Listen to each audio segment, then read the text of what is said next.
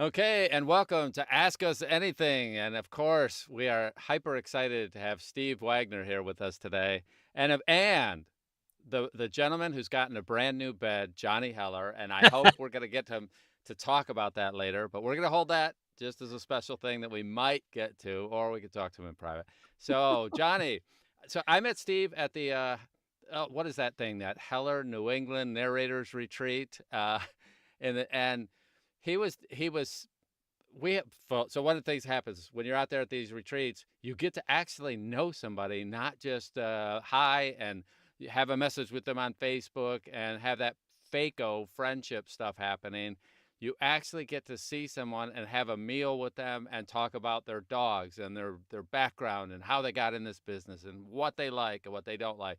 So fascinating guy. And when Johnny said, all right, let's see if we can get Steve Wagner, I'm like, oh, cool. I both know him and he's a great guy. So, Johnny, you know him even better than I do. How about talking a little bit about Steve here before we get started? Well, all right. I met Steve that first time. I knew of him, but we actually met at the New England retreat. We got to know each other. We got to know each other really well because we drove home together. Max Zener drove Steve and Joanna and I home, and I kept up a nonstop chatterbox to see what he thought was funny. Mostly, it was a humor test. If I was really outrageous and vulgar and in bad taste, that's the stuff that Steve seemed to really enjoy. That works for me, yeah. So, Steve, now, Don, do we have, here's people popping up. Okay, you'll see, Steve, by the way, little chat box things, and Don will highlight questions and things Cool. that we want to talk about. But let's leap right into the fray. Steve is a senior producer at Macmillan. And how did you start? Tell us your background a little bit. Yeah, sure. First, I'll just say thanks so much for having me. The narrators retreat was great, and I love answering questions for narrators. I got into this business because I was an engineer up in the Hudson Valley. I was an English adjunct professor and an audio engineer, and so I just started engineering for Lisa Kahn at Hachette, actually.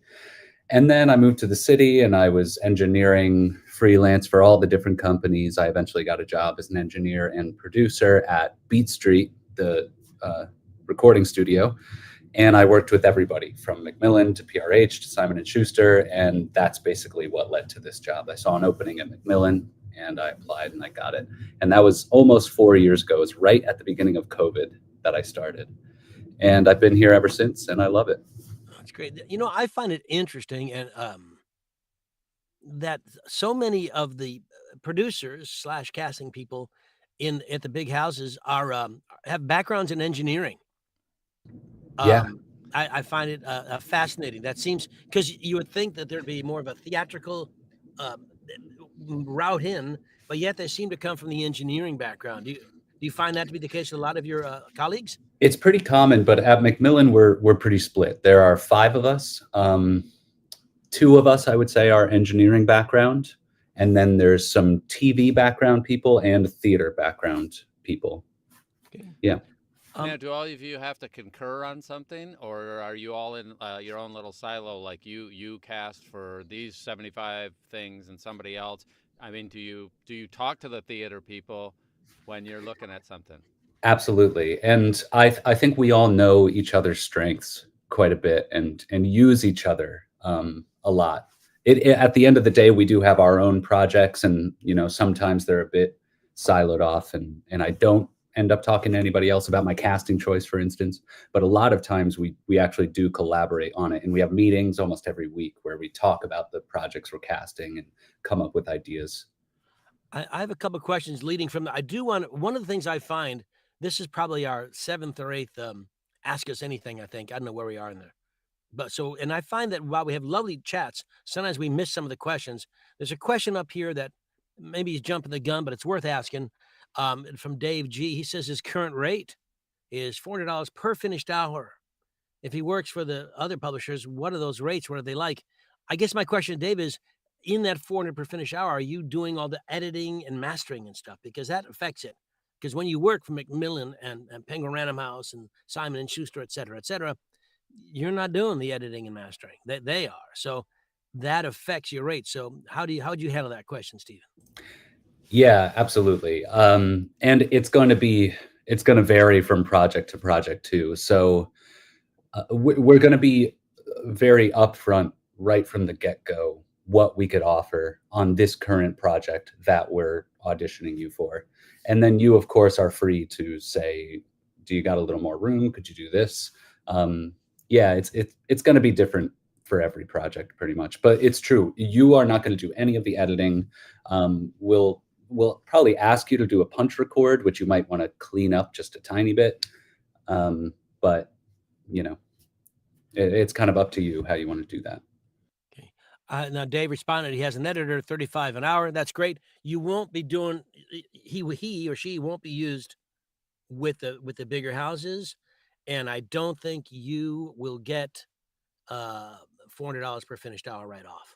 That's from my experience. Yeah. You won't get, that's a, that's, it's I a know very that nice rate. Yeah, they've offered me minimum wage, so I'm I'm all in. But the reality is, it's going to vary based on, first off, if I were coming in and I'm saying that my rate is $500 an hour, you're going to look at me, and I'm going to guess you're going to say it's probably outside the budget to begin with.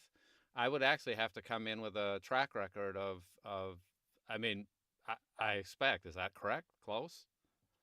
Yeah, absolutely. If I know you, if we've worked together before, if you're very reliable, if I think you're very good, that's all going to factor into whether or not I can or will offer more. But the budget is kind of what tells me whether I can. What a lot of people listening and watching don't understand is that you have a given rate, and any producer or publisher will try, they probably know it, they'll try and work within that rate if they can. But as Stephen says, every book has a budget, and they're not going to make they're not going to make enough to justify a $500 actor. They're not going to use a $500 actor. I tend to negotiate whenever I say, here's what I want. And then Steve will say, well, geez, we can't do that. And I said, well, can you do this? And you can negotiate, and it's a deal. And if Stephen knows that I want $400 an hour every book I do, which I don't say that. Here's my rule. I would rather work more for a little less, because I like to work. I'm not good with downtime. So I'd rather keep going. I don't want everybody to know that, but because of my background, I can command a certain number. And I think I could probably command more than I ask. But I'm fine. If I just want a Silva, so I'll probably knock it up a few $1,000s. Yeah. Yeah, congratulations on that, by the way. What book and what that was it's in the humor category. Fancy that. Tommy Dash. They saw you. Was it Everything I Said by my friend Bill Sheft, who used to be the head writer for the Letterman show. It's a very, very funny book. I really encourage you guys to go. I've already been paid. I don't make any more money, but it's very funny. Tommy Dash, it's called. It's quite wonderful. Cool. That's great. Congrats. Yeah, that's really super great. Someone's asking, are all Macmillan projects union projects? Yeah, there are a couple questions here from Barbara, Roberta, and Alexander that could kind of all be answered at the same time. Okay. Well, Barbara's is very simple. Yes, they are. So that's simple. Even if someone's not a member of the union, we still do everything through SAG. And about submitting to our roster and where we look for narrators, the place to go for the producers is an internal database that we have, which we call Bard. You can apply to enter into Bard by emailing narrators@macmillan.com. Send an email to narrators@macmillan.com. You could say, hey, Steve, and I'll notice that it's one of the emails that's specifically directed to me, because all the producers look at this email. And specifically when casting, Bard is the first place we're going to go. It gives you an opportunity to talk about your experience, talk about your interests, talk about your accent work, and all sorts of stuff. And then there's even an open field section at the end where you could just type whatever you want. I encourage people to put all of their interests and expertise, whether it seems relevant or not, because sometimes we'll get a book about something very specific and we'll just check Bard and look for that specific word. If there's like a An example I was thinking of is a murder at a Scrabble tournament. We might literally go to Bard and be like, is there somebody in Bard who's like a Scrabble expert? I know it Or a seems weird. murderer. Or a murderer, yeah. Yeah. So put all that information in, whether it seems relevant or not.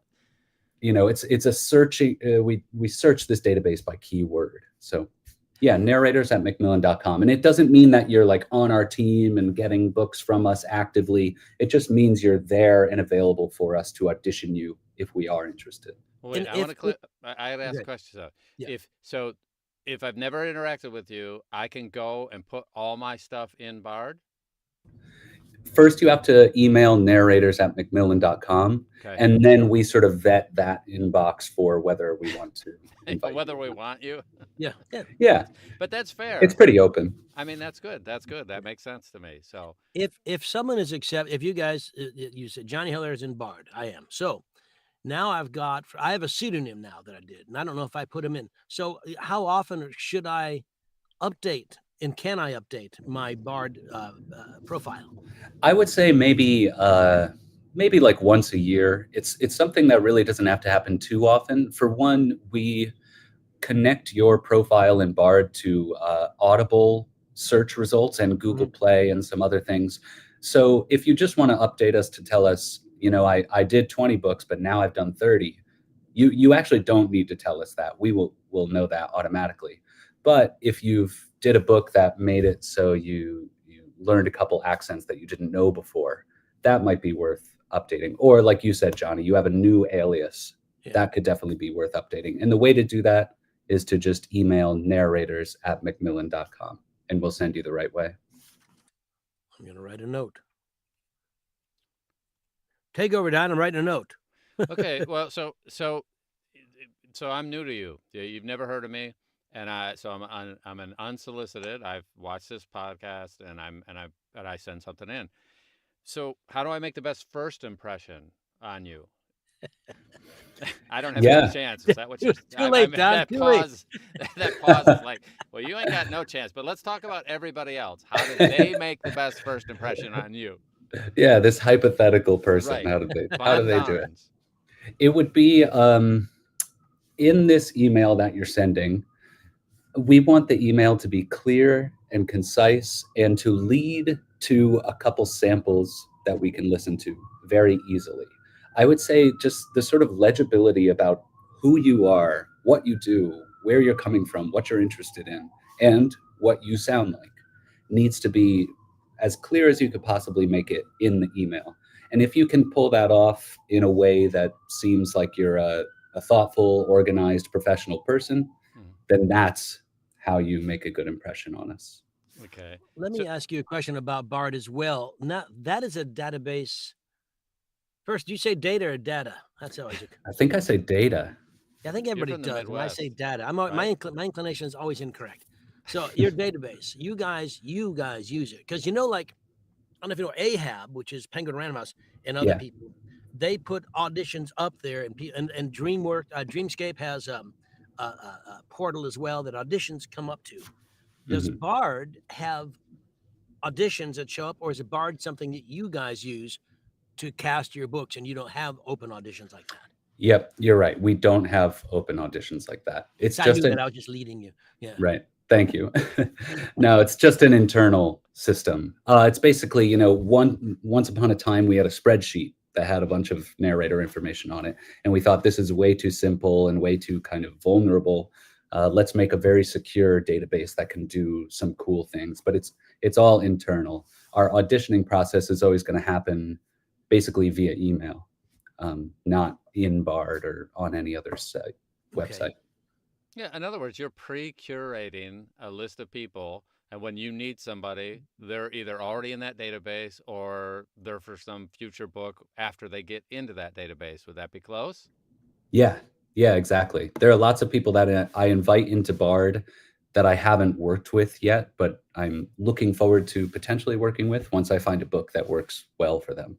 Okay, and then I assume everybody else on your team is looking through the same thing, and that's their kind of focus. It's in there or it's not, but that's where we start, correct? Yeah, exactly. It's step one. And then we might look into Audible. We might look into people's personal websites if you're not in Bard, but it all kind of starts from Bard building out. Okay. How important to you are things like, I mean, I don't want to put down it like SOVAs, like Audible reviews, or is it the specific reviews or number of stars? Is it earphones? Is it, what moves the pin a little bit there? Yeah, it's a little different for everybody and every project. For instance, I love working with people who have never done an audiobook, but I need to see something that's a bit impressive, a bit exciting to me.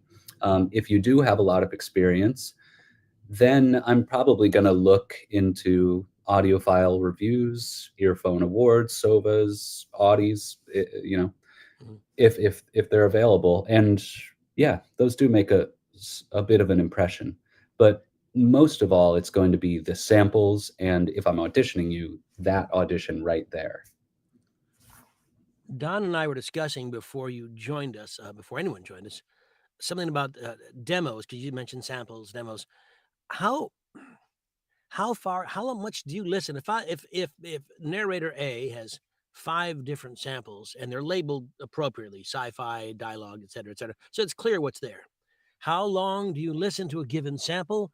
Do you make a call right away? And how many samples? What's your process in general? Yeah, I feel like I'm going to say this for every answer, so I'm going to stop saying it, but it's different for every situation. Sometimes I'm looking for something very specific for this book. Like the person has to have a voice that sounds like this. In that case, if I listen to a sample and it doesn't sound like that pretty quickly, I'm not going to listen that long. Maybe I'll click another couple samples. But if you have, I would say, like 3 to 4 samples that are in different genres, maybe you have a little bit of accent work in one of them, that could be helpful too. We're going to listen to a couple minutes if we're seriously considering you for auditioning you. If it's a sort of a more beginner introduction and we're filtering through a lot of people in our narrator's email, it might be a little quicker. It might be a little clicking around. But if you sound compelling, we're going to listen for a while and come up with some notes on what we think are your strengths and what we might want to work with you on. You mentioned, go ahead, Don. Go ahead, Johnny. You mentioned you also have new narrator events. Can you tell us what you're talking about when you say that? Because absolutely. So we did. Well, you wouldn't really qualify for this, Johnny, unfortunately, but we do these events. We've done them in New York. We did them in Atlanta, and we just did one recently in Philadelphia, where we're looking for people, especially from underrepresented communities who have little to no audiobook experience. And we give them a little bit of after vetting and choosing, about, I think, 20 people per session who we think is promising. And we give them a bit of a boot camp over like 3 hours. We direct them. They bring some pieces to us. We talk about those pieces. We put them in the studio. We record professional studio quality samples with the director with them. We do a Q&A and we get their contact information and basically try to nurture people who just don't know how to penetrate this world at all. That's wonderful. That really is. I'm really pleased to hear that. How do people, let's say people in our viewer world here are from all over the place. So I'm assuming you can only go to the bigger cities to get the draw. How does if I'm in, it already happened. I'm a Philadelphia newbie, don't know anything. How do I hear about that and get into it? Or how did I? There are a couple different ways. My colleague Alicia Merricks is the one who plans and organizes these, along with my colleague Esther Diaruja, and they put it in a couple different places. I can't say exactly where. I let them handle that. I think it's like LinkedIn. Maybe there's an Instagram post. I should probably know that, but they cover all of that. And we basically just put out an open call. But if you want to do ones in the future, you can email narrators@macmillan.com and say that you're interested. And I think we're thinking about doing one that is not location based. Don't hold me to that. But if you're somewhere out in the boonies and don't live in New York or any major city, there may still be a place for you in one of these. Let me just say on behalf of the narrator community, that's really wonderful. Yeah. It gives an opportunity that wouldn't otherwise be there, and I'm all about that, and I think it's just great. I applaud you guys for doing that. It's really wonderful. Great, thank you. Yeah, we're proud of it. Yeah, and well, you should be. Yep. Here's a question from Daniel. You see it there? Can you give some samples of project timelines? Because he has a day gig and he's teenagers, et cetera, et cetera. So schedule's tight. What does that mean to you? Yeah, sure. I think we work a little bit more ahead of time than some other publishers. Typically, what I'm doing is I'm casting for a project 5 months ahead of the publishing date. So 4 months ahead of the date that I feel I really need to upload the project. That's typical. I'm often behind on casting, so sometimes I'll email you and it'll be like, we got to do this in a month. But it's never really happening right away. We're usually pretty far ahead of time. So 4 months ahead of the due date, I'm casting. Then you'll have a couple months to sort of sit with an early pass of the script, ask me any questions. If you want some pronunciation help from the author or character voices, you have a little bit of time to work that all out.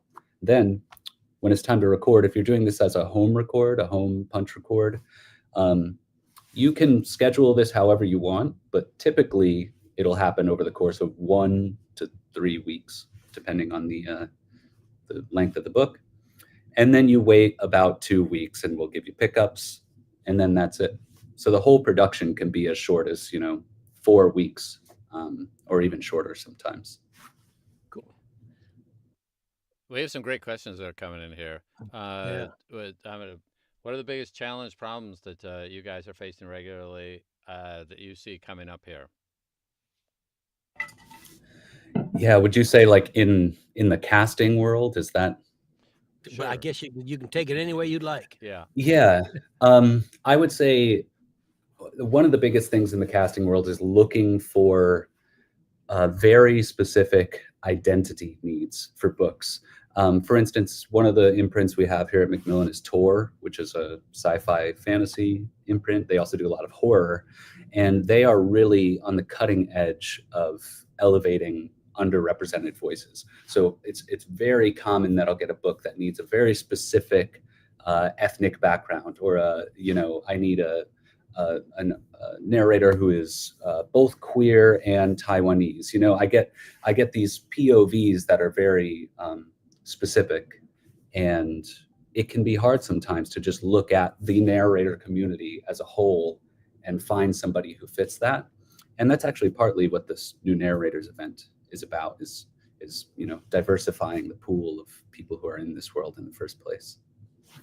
What are some of your new projects that you're happiest or most excited about? What's coming up that you really dig? Oh yeah, well, I just did this one. I guess it was a couple months ago now, but it's out. It was a history of the movie Airplane. It's called Surely You Can't Be Serious, and it was such a challenge, which is why I'm so proud of it and love to talk about it, because it's got photos in it, and it's got endless quotes from people who were in the movie, involved in the movie, or inspired by the movie, current comedians and talk show hosts and stuff.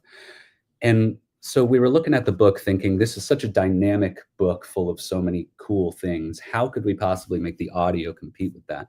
So we got as many people as we could who were quoted in the book, some of whom are, very famous, Jimmy Kimmel, Weird Al, the two main characters from the movie Airplane, and had them all record their actual quotes.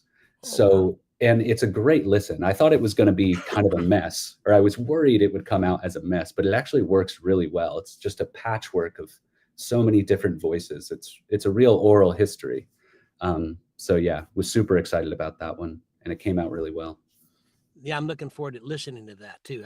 Obviously it's the comedy alone is worth it for me. So yeah, you'd love it, and it's funny too. Yeah. Yeah.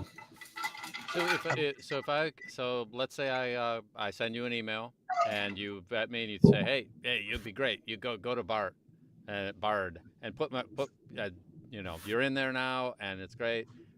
should I now send you an email 2 weeks later that says, wow, I haven't been cast yet? How often should I contact you?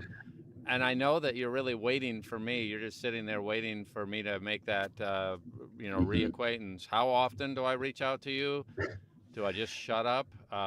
What's the best thing to make sure that I don't overstep? But I also don't want you to forget about me. Seriously, that Yeah. if I've been there 3 months and you haven't called, it's Mhm. me, not you. But how do you work that? What do you think? Yeah, it's hard to give hard and fast, numbers Mm-hmm. for, time limits on this sort of thing, but I'll try. Um, I would say if you email me with a general update, new projects, new skills, new interests every 3 months, that's normal. And I wouldn't bat an eye at that. And I totally understand that you just have to put your name in front of my eyes. Right. There are thousands of people in this world, this audiobook world. I think there are more in the world in general. But so you have to show me your name sometimes. Simple as that. The truth is, I'm almost certainly not going to respond because I do get a lot of these, but I do scan them for important information. I'll click around a little bit, and yeah, it is useful. If you do it once a month, God forbid more than that, that you know, That might I'm not going to like that. you'll remember me for all the wrong reasons. Is that what you're saying? Exactly. Yeah. So it's almost like if I want you to confirm this.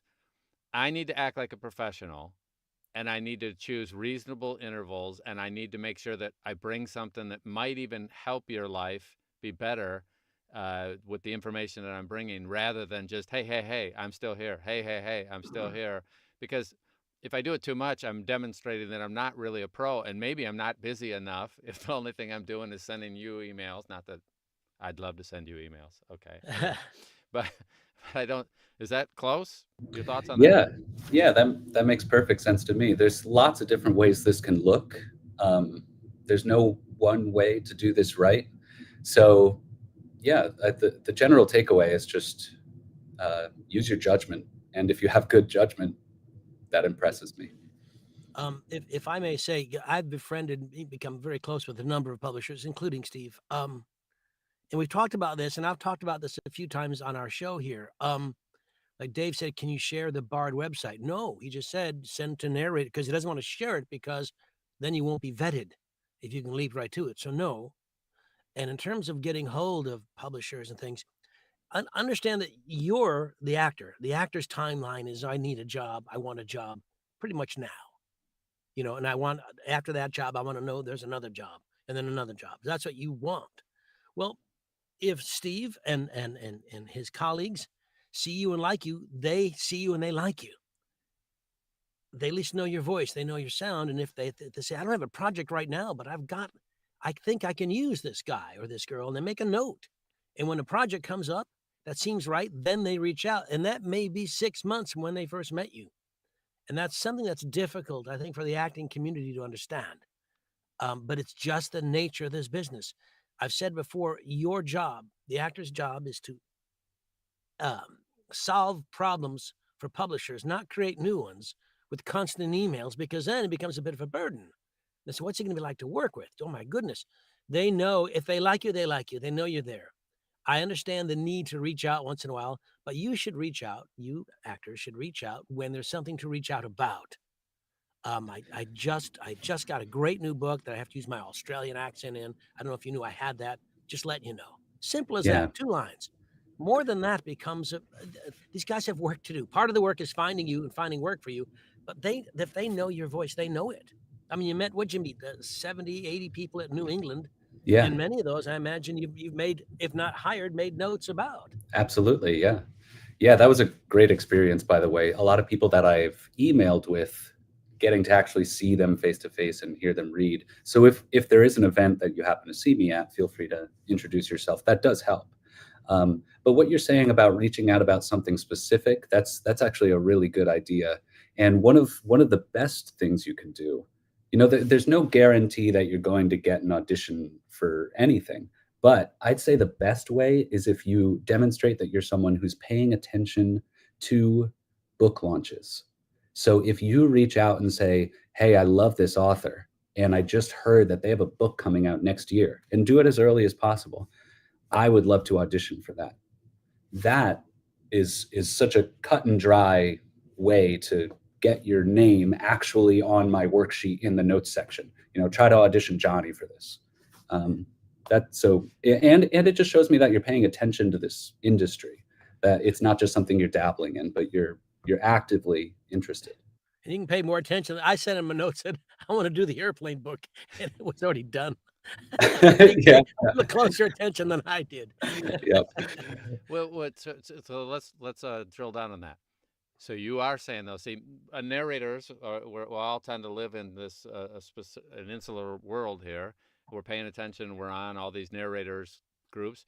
You're saying pay attention to authors, releases, things that are in the bigger part of industry, because now we can solve your problem. If Johnny had known the airplane book was coming out, because he was, he probably was actually in a booth recording, which is why he missed that. That's right. Okay, but if he had known about it in advance, because I assume that once word had to have gotten out somehow that book was coming out, right? Was there some Yeah. pre-information about it that we just happened to, in this case, miss? What should we have been watching so that we would have seen that? How did he miss it accidentally on this one case? He gets everything else Mhm. right. He missed this once. What should he have done? How would he have known about it? I would say that there is no easy answer for this. And the reason that it's impressive to me and shows that you're paying attention is because there's not an easy answer to this. So I think about certain narrators who have reached out to me about authors, and they love their last book, and the next one is coming. It was just announced. It means that they read their last book or they listened to it, and they had nothing to do with being the narrator on the book or anything. It means that they're tuned into a certain subculture that book belongs in. So this could mean following authors on social media, following imprints, and just paying attention to the trends in the business. And yeah. You can subscribe, and I imagine it'd be a write-off for the acting community, to Publishers Weekly, Library Journal, Booklist. Most of those say who's producing the book. It'll say, such and such by Macmillan. So you'll have it. You'll know what they're doing. I think it. And correct me if I'm wrong, Steve. I think it makes a difference if I email you and say I want to do westerns, versus I know you guys have done the following westerns. ... That's the kind of stuff I really like. If there's more specificity, it means I'm paying attention to what you're doing. Absolutely. I mean, it'd be like sending erotica to Christian audio. You've got to know what you're doing a little bit and make it make sense. Yeah, for sure. Absolutely. Let's see. I'm trying to get some of these questions here, but Don, I cannot read them. They're just too little for me. So you pick something out there. Okay. So somebody's asking about what is your database missing in terms of so what would you like to see more of in your database? Yeah. I can't answer top 5 on the spot. Maybe if you gave me some private time, I could. But what comes to mind? What's strange is actually one thing that seems to be less common than you would think is young men in the narrator world. There are a good deal of young women, but very few. Yeah, I know I got the two of you guys, but I can't give you all my YA. Right. There are a lot of men who are not that young, but who have a young energy, and that works too. But it's kind of surprising how few young male actors try to get into this world. So if I were to pick one, I would say that's something that we're lacking in the Bard database. And it's Publishers Weekly. Someone mentioned Publishers Weekly is a good source, and is that something that I should pay attention to? Yeah, I think so. I pay attention to it. So, Okay. If we're all looking at it, we're all speaking the same language, we're all in the same business, can't hurt. Okay. So I'm just keep seeing. I need to pay attention to what's going on in the bigger industry as far as publishers, because then I'm going to be on top of what's coming out, the trends, where you're going. And your team is somebody's putting out publicity in advance, because that's the way this whole business works. So it's not a secret that you're coming out with stuff. And obviously, I'm not subscribed to Publishers Weekly, but it sounds like it'd be a decent thing to do. And Johnny, do you have other things that you know of, or Other Steve? than the 3 I mentioned, Which ones did you mention again? Sorry. Publishers Weekly, Library Journal, and Booklist. Okay. There's also Goodreads, but that's generally the books that are already out. But you can also, what I like to do when sending an introductory note or an email to a publisher, whether I know them or not, I like to look at what I go to their website and I see what's out there. What are they doing? If they're mostly lit RPG, and I've done a lot of lit RPG, but if you don't know that, you don't know that. So they may think, well, Johnny Heller just does comedy and thrillers. I said, no. So I'll write, I said, I know you guys do lit RPG. Here are 5 that I've done recently. I'm very proud of. If you want to give a listen, I can send you the thing, or here's a link to it, just something. So they're aware that there's more. They may not have one of the things when you've been around a while, people don't always think about the other things you can do or have done and want to do.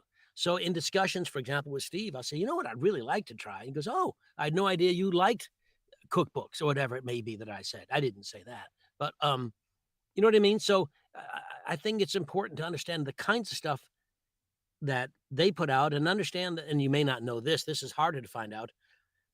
Steve, I assume you work in a certain number of genres, not across the board, while other colleagues have different genres on their table. Is that correct? It's somewhat correct. I definitely have my areas of focus, but I do kind of work across the board. Basically, we look at the whole season list and choose amongst ourselves what we're going to work on, and that means we often end up in certain camps. But I do get books of all kinds. But I am in certain camps. I would say nonfiction, sci-fi, fantasy, horror, and literary fiction. Maybe I do a lot of those. See, now you guys listening and paying attention to this know that's where Steve, that's what he digs. So other people who aren't involved in our show don't know that. So there's an advantage, a competitive advantage. What we're doing while bringing literature and books to the masses, I think, it's a competitive acting game. So if whatever gives you the edge is helpful. It doesn't mean you're better or different than anybody else. It means take the information you get from these shows we do and try to use it to work smarter, work better. Answer the questions, answer the problems for the publishers. Always. And somebody asked, so if I'm going to send you some samples, what do you like? Is SoundCloud okay? Do you want them embedded in my website? Or I'm going to guess this is your favorite. I attach massive things to my emails for you to listen to. Is that close? Attaching something massive to the email is pretty bad. Attaching something small to the email is actually pretty good. If I don't have to click out of the email and you just have, 3 samples, they're all 5 megabytes. It's all within the Google limit per an email. That can actually be a great way to do it. I would say equally good is SoundCloud, or if you have a website with samples, you can, design it to make it very readable, legible. That's equally good. Cool. I was going to ask you, I don't know if somebody brought it up or not, but when most actors self-promote, obviously, certainly a royalty share, they're more interested in promotion because of the potential royalties. But what about when someone works with you, with Macmillan in general, you specifically, how important is it or nice is it for you to see that they're promoting the book? And do you want them to do anything? Yeah, absolutely. I would say you should do something, but you should communicate it beforehand. And I'll basically put you in touch with the marketer and publicist on that book, and they would love to hear that you're interested in promoting. That can always be good. And, we'll often ask for a photo of you reading the book, or maybe even a short little video. The more you're willing to do that, it just makes us feel good about you, basically. There are a number of, quite a few of the lit RPG, sci-fi, fantasy authors who read aloud, who read their stuff on Discord. So your listeners are there at the creative process. And I've asked some people, hey, can I do that for your book? And not on Discord, because I can't figure out Discord to save my life. But on Clubhouse, I have. And the question comes up, some people say, hey, we don't want you to do that because we want people to buy the book. Mm-hmm. And I know that some people, some of the actors actually do almost the whole book live. and I think that's a bit problematic. Mm. How do you feel about that? Yeah, so doing almost the whole book, or even like, a large chunk of the book, I've never done that. I don't think anybody at Macmillan would want you to do that. But Yeah. I personally am really into the idea of using a stream service like TikTok, Twitch, Discord, and you're streaming a little bit of the creative process. And as long as you tell us you want to do that ahead of time, and we sort of approve a section that you can read, then that can be great. But the communication is the key. If we found out that somebody just went and did that without saying anything, that could be a major problem. Yeah, it depends on what your publicity team is doing and how they've arranged it. Now, if I've previewed the book way before they intended it, I'm sure they're not going to be thrilled. Would Yeah. that get you on my on the naughty list? And Yes, I think it would. And I think in Bard we would write a gently worded critique of what went down there, okay. for the other producers to remember. Don't let this person stream on Twitch. Okay, but now you're just saying, oh, don't let them stream. Would I'm going to guess that would also probably, unless I'm exceptional and there's no other options, almost disqualify me from future things. It's certainly going to put a negative mark on me short term, correct? Yeah, I don't want to say anything too firm, but yeah, I think so. If you did that, and if it was my book, Mm-hmm. and I got the grief for that, and it just made my working life hell for a week, yeah, that might pretty much put you on a blacklist for me. Okay, and your bosses would blame you for not saying, I mean, even though it's not you, but they would say, you didn't take control of this. It's essentially the buck stops with you. Mm-hmm. If I go out and I pitch something or do something that reflects negatively on you, correct? Yeah, exactly. So somebody's asking about, so if I'm communicating with you directly and then you think one of your other producers would be better, should I, multicast and send out to to you, and then send something to one of the other producers at Macmillan, then another, should I, or do you just pass it over to someone else if you thought they'd be better? What's the best way Yeah. to handle that sort of thing? There's lots of different ways. I would say if you're reaching out in general about narration, and you did it at narrators@macmillan.com, even if you address me, then no further forwarding or emailing is necessary. We'll all look at it together. But if you reach out about a specific book, maybe I'm the person at Macmillan that you know best. If you say, hey, Steve, I noticed Macmillan is doing this book. I'd love to audition for it. And if I'm not doing it, then I may forward it to my colleague, or I may give you their email to reach out to them, or I might just tell them directly, and that's it. Cool. Yeah. You mentioned how happy you were and excited about the airplane project. What's coming up in your I know that you've got a bunch and you're equally excited about all of them, but what are you really excited about?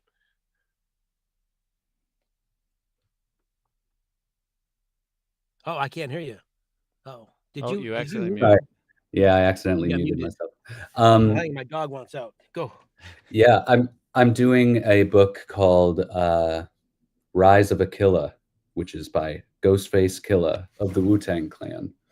And I was a huge Wu-Tang Clan fan growing up, and I think that one's going to be pretty cool. It's almost certainly going to be read by him, so I wouldn't reach out to me that you want to read that one.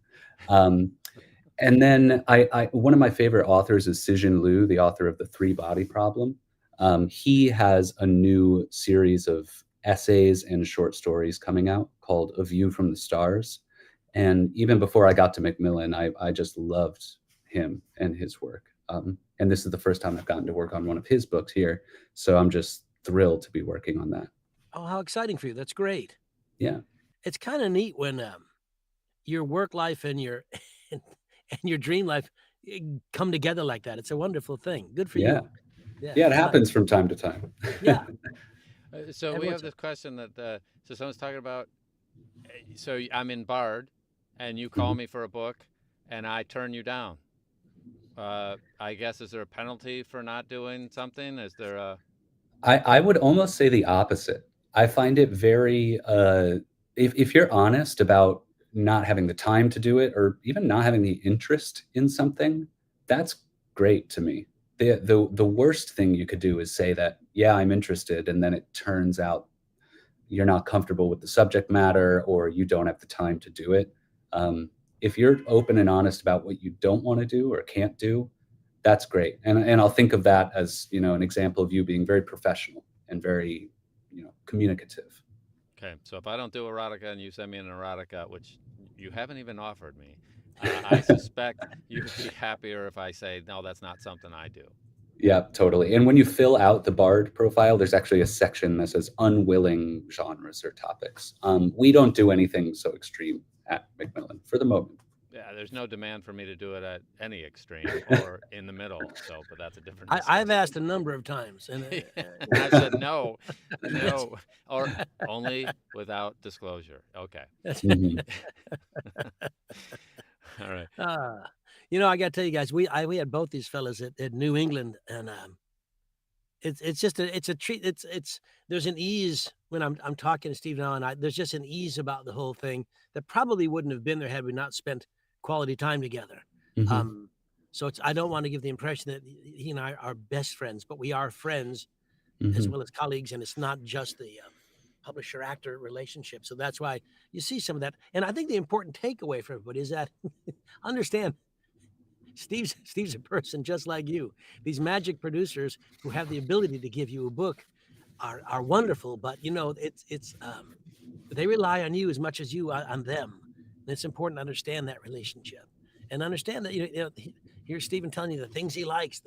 You're getting so much insight into what he's about, and that has to Mhm. make a difference in how you respond to him and how your thoughts work toward other publishers and producers as well.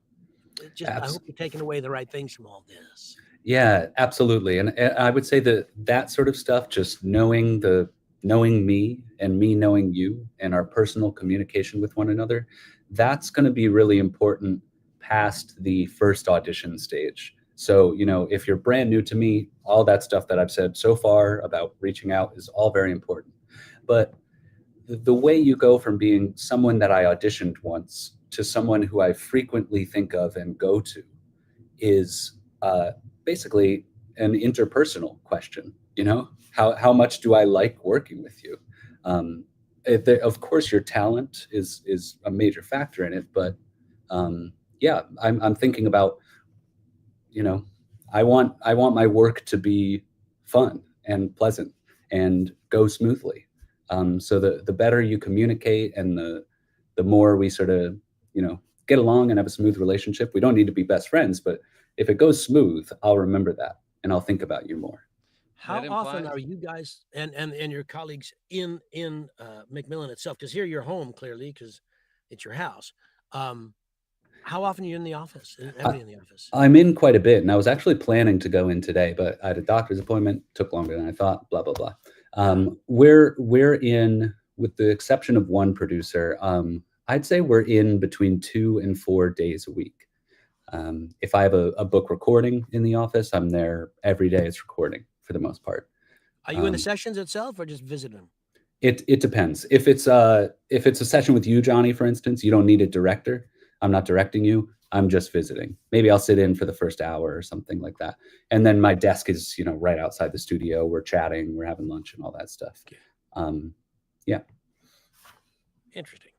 So I'm curious, how often now are people coming in to record versus people doing it at home? What's the ratio and what's the direction on that? Is there going to be more of one or the other now that COVID's over? You're moving back to the old style, moving forward. What does it look like in the future for people in terms of coming in, and then are you expanding and doing more outside that?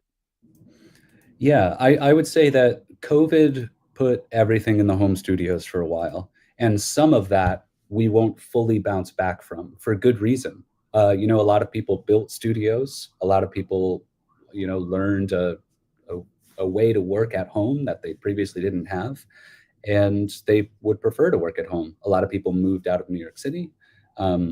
So there's, I think, permanently going to be more home recording happening from 2020 onward.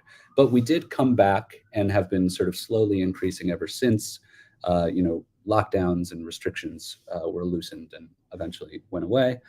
We do a lot in the studios now, and you can always request to come into the studio if you would like to do that. Some people still prefer to work at home, even if they live in New York City. But I think coming into the studio and working with an engineer and getting out of your house and meeting all the other producers can, if you can do it, you should do it. Oh, now that's interesting. So if I'm coming in and recording, then obviously I'm going to develop a relationship with all the other people that are there, and I have a chance to have some FaceTime and run into them at lunch or be introduced. And now it's like a minor, business friendship that's going on there, and that's got to be a positive over time, correct? Yeah, exactly. Just last week, there was a narrator that I've never auditioned, never met, but have seen a lot, and I just didn't know too much about them. And she was in the booth, and she told the engineer, "Oh, who is that? If I think that's Steve Wagner. We've talked about via email. Can you introduce me to him?" And we did, and we had a great chat. And now I Yeah. just know her so much more now. Right. That I'm working with Steve in March, and I Yeah. requested to go to the studio, even though I have this lovely office here, for that very reason. Also, it's for me personally getting out, of the house, not having the the dog come in and out all the time, and also the chance to meet all the names from Macmillan. I know a lot of names, but I have no faces to go with them, none. So it's an opportunity for us both to make an impression on each other, hopefully a good one. Yeah. But that's you can also screw that up. Just because you're there, don't take airs. You can just wander into somebody's office and shoot the shit with them when they're busy. Yeah, that's true. I feel like all of these answers are about, using your judgment and just having a good vibe as a person in general. So you're saying it's better to be good than shitty? Is that what you're trying to say? Yeah, yeah. I don't want to, be controversial here, but yeah, Yeah. I think so. So talk about the home studio stuff and the direction. So overall, does it allow your team to have a greater throughput, and you see that expanding? Obviously, the studio work is and also, are you going to do more locations where people can record? I mean, you're in New York, correct? Hmm. Do you Yep. primarily record your places are primarily in New York? If it's in New York, we're pretty much always going to record in our studio. It's because, you can Right. come down. Yeah, that just makes sense. But a lot of times we do have to work in studios. I mean, especially for authors and celebs, but that's not really relevant here. But if you live somewhere else and the budget can accommodate a studio, it may happen. It's rare, but it does happen. Because Okay. a studio booking can be really hard on the budget. So Yeah. if you're thinking about doing a home studio setup and you don't live in New York City, highly recommend it. Okay, so you're going to vet our studios, of course, and obviously now you come in. We talked about this right up front. You have some audio engineering background, so if I end up having a crappy studio sound on the first sample I send you, what's going to happen with my overall impression with you? We are going to help you. We're not going to hold it against you. I like, similar to the new narrators event thing, and similar to just my experience when I was an engineer. There was a lot of mystery about exactly what people need to be doing as narrators, tech wise and professionally, and just dealing with the producers and the publishing houses. There is a lot of mystery there. And I like to, reveal the truth about what you need to do to people who don't know what they're doing. So if you have a bad sounding home setup, I will help you make it better. I'll put you in touch with Sal Barone. He's our sound manager. And he will help you. But We that have a lot of assumes you like experience. my acting, right? Yeah, I would say so. Yeah, and really, it's this would probably be after you've been accepted to read a book. Okay. Okay. So if I just happen to send you in, so let's back up. You don't know me. I send you in something and it sounds crappy. You're now going to come over to my house and help me iron out the issues? No, probably Okay. not. Yeah, if I know you and you have a question, maybe I'll help you out. But if we hear in a sample that the audio quality isn't that good, we're not gonna hold it against you exactly. We don't know the exact circumstances of that recording. We'll work it out when it comes to audition time. But that would assume that my acting then is pretty strong, because obviously, if I have weak tech and weak acting, I doubt you're going to spend much time on me. Yeah, yeah, Close. So definitely. I better get my acting well. So which is the first thing that you notice? Which you can. I'll bet it's hard to fix bad acting. Correct? Yeah, it's definitely the performance, the voice, yeah, the Okay. My professionalism. mom likes it. Yeah. Is that good enough for you? I do get that a lot. And Can that's part of why I say to be interested in the industry is because as you all know, as professional audiobook narrators, you so often hear people who are like, "Oh, I could probably do that."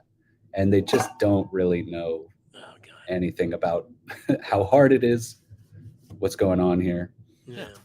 How much feedback? Well, here's a question about feedback an author has, and I want to make it a little broader question. yeah. When you are auditioning, here's a project.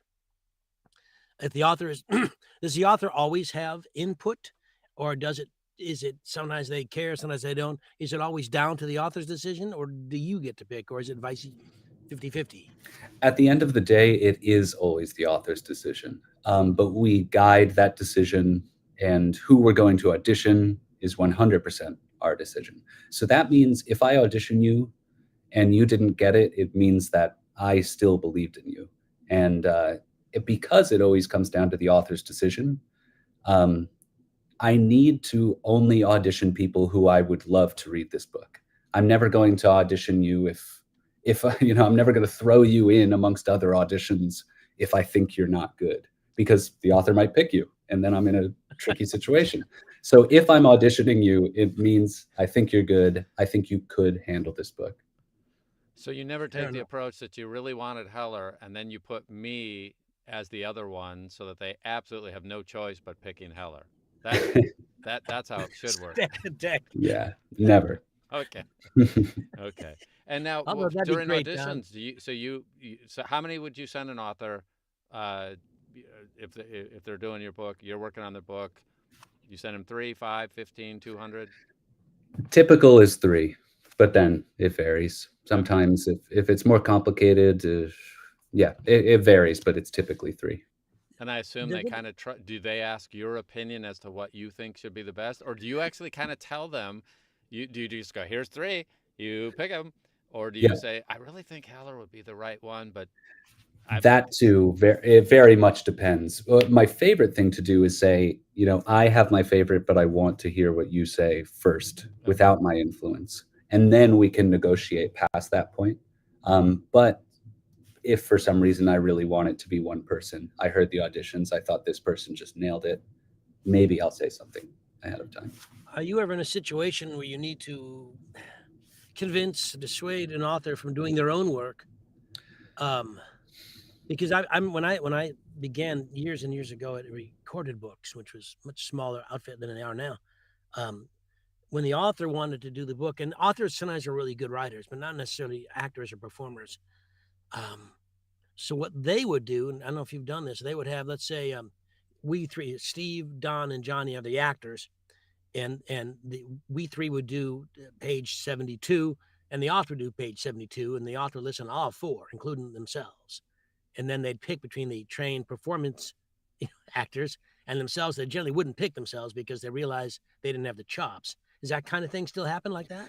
Yeah, that does happen occasionally. You can imagine the kinds of books that we do want the author to read, a memoir, Yeah. someone with a huge profile. But then there's a kind of gray area, if it's a 1,000-page fantasy novel, I almost certainly don't want the author to read it. And if they suggest it, I'm going to steer them away from it. But it happens. Every now and then it happens, and sometimes it works really well. And in those situations, I would get an audition. But yeah, a big part of my job is steering authors who don't need to read their book away from it. But it's always a negotiation. And sometimes the author ends up being the perfect person for it, sometimes not. I, we're getting close to the end here, but someone's just brought up something, or this was earlier and I missed it. How do you pay attention to what I'm doing on social media if I come to you and I get your attention a little bit? Can I make myself better, worse? How does that work? This is different for every producer. I'll just tell you mine. I'm not on an Instagram or Twitter. I am on those things, but it's sort of like a private thing. It's not for my job. LinkedIn is the one that I actually look and use, which is, I think, a little unusual, but that's the only one I use. I don't have a Facebook at all. So Okay. yeah. And do you have expectations that people are on some of these, or I mean, that is going to factor in a little bit? I don't know if it does that much. It always helps, if I just get a little bit of a more well-rounded idea of you being a person, but I can only speak for myself. I don't notice it so much. Okay. If you have like a big following, that can be an asset, but maybe I put that in my email that says also I have 4 people that follow me on social media, something. yeah. Okay. Yeah. So that's on a good day, by the way, from me. Anyway, and then, oh, by the way, so someone asked how they connect with you on LinkedIn, and I can tell you the answer to that. Search for Steve Wagner, and he will come up. I mean, him and I have communicated on LinkedIn, and we were already connected, by the way. I don't even know when we connected originally, but we were definitely already connected. And yeah, I'm pretty open on there. If I see you're a person in the industry, you have a lot of common connections with me, I'll connect. Yeah. Oh, and that's another thing. So that's an interesting thing. People who have been in this business a while recognize other people who have a lot of similar connections. And so on all your social media, guaranteed, if I get a request from somebody and they have no friends in common with me already, I don't want to say I won't accept them, but it is definitely a low probability. And on LinkedIn especially, even if Steve and I didn't know each other directly, I think we have 300 to 500 common connections. And once I see that, I would go, oh, well, that's a gentleman who's running in the same circles as me. I need to connect with him. And I do see that across all the different social media. You're known by the company you keep. And if you have common connections, it makes a difference there as to whether I'll even pay attention to what you're doing. Is that close for you? Do you pay attention? Do we have some common connections? Yeah, absolutely. A quick question for both of you about LinkedIn. Are you guys on do you guys have the super duper program, whatever it's called, the upgraded LinkedIn, or are you just playing over LinkedIn? I don't know. I think I have the normal free one. I forgot what it's called. Yeah. So there is the free one, and then there's a creative one. Like you have a secondary, but it's still free. You just turn on creative mode. So I'm in that one. I haven't paid the big bucks because it's like that's my question. Yeah, $70 a month, $40 a month, 50. Yeah. It's something a lot per month. Yeah, it is. It's not trivial per month. Netflix is cheaper, and I get entertained there. But now, do you pay any attention? Really, it's just a matter of we need to have some common connections. That helps. Yeah. And that would, and I am going to play up if I have a social media. So I would guess this. So please correct me if I'm wrong. If I was on one of these TikTok and I told you, I have 500,000, I don't know, 5,000, 500,000 TikTok followers, then at least that's a data point. Is that at all? Do you care about it? Yeah, if you somehow have a really good following, that's definitely an asset. It's not something we expect, but it could be like, oh yeah, and she's on TikTok, and a lot of people love her on there, so that could be useful. Yeah, can't hurt. Chinese data mining is important. Yeah. Yeah. Okay. I want to listen. I don't want to take more of Steve's time. I really appreciate you joining us for this hour and being a part of this, and appreciate your friendship and your professionalism. It's great to have you here. I hope everybody here got a lot out of this. We're here next week. Who's next week, Don? Let me find out. I threw it out. I forget. I think. Oh my goodness, I can't remember. I think it's Julie Wilson. Yeah, I think that's what it said at the beginning. Yes. It is definitely Julie Wilson. Yeah. And Johnny, can you tell us Johnny, please tell us where she's from. What Penguin Random House. Okay. And she'll talk about their thing, which is Ahab, which is a totally different animal than Bard. Yeah. But you guys stay in touch. Again, if you can take a look at the Johnny Heller Workshop alumni on Facebook, you can see about joining that. That's where all the information comes out. And that's it. So thank you so much, Steve, for being part of this. Happy holidays to you. Yes, to you And as don't well. forget, the invitation's open again for Francis Tavern when you're ready. I'm ready. Yeah, I'm ready too. It's time to go now. Anyway, so it's great to talk. I'll talk to you soon. And thank you so much for being here. And thanks everybody for listening to us. And for everybody in the audience, if you haven't subscribed, subscribe and turn on the notifications so that you know when we're live every week. And you also can go back and watch. So if you miss something in this, there's replays available. So you want to go back and look at what Steve said about this, or 3 months from now, and there's replays for all the ones we've done. There's a whole playlist of all these that we've done over the last few months, and we look forward to seeing you next week on The Wires. Have a great day. Merry Christmas. Hi, everybody. Bye-bye. Thank you.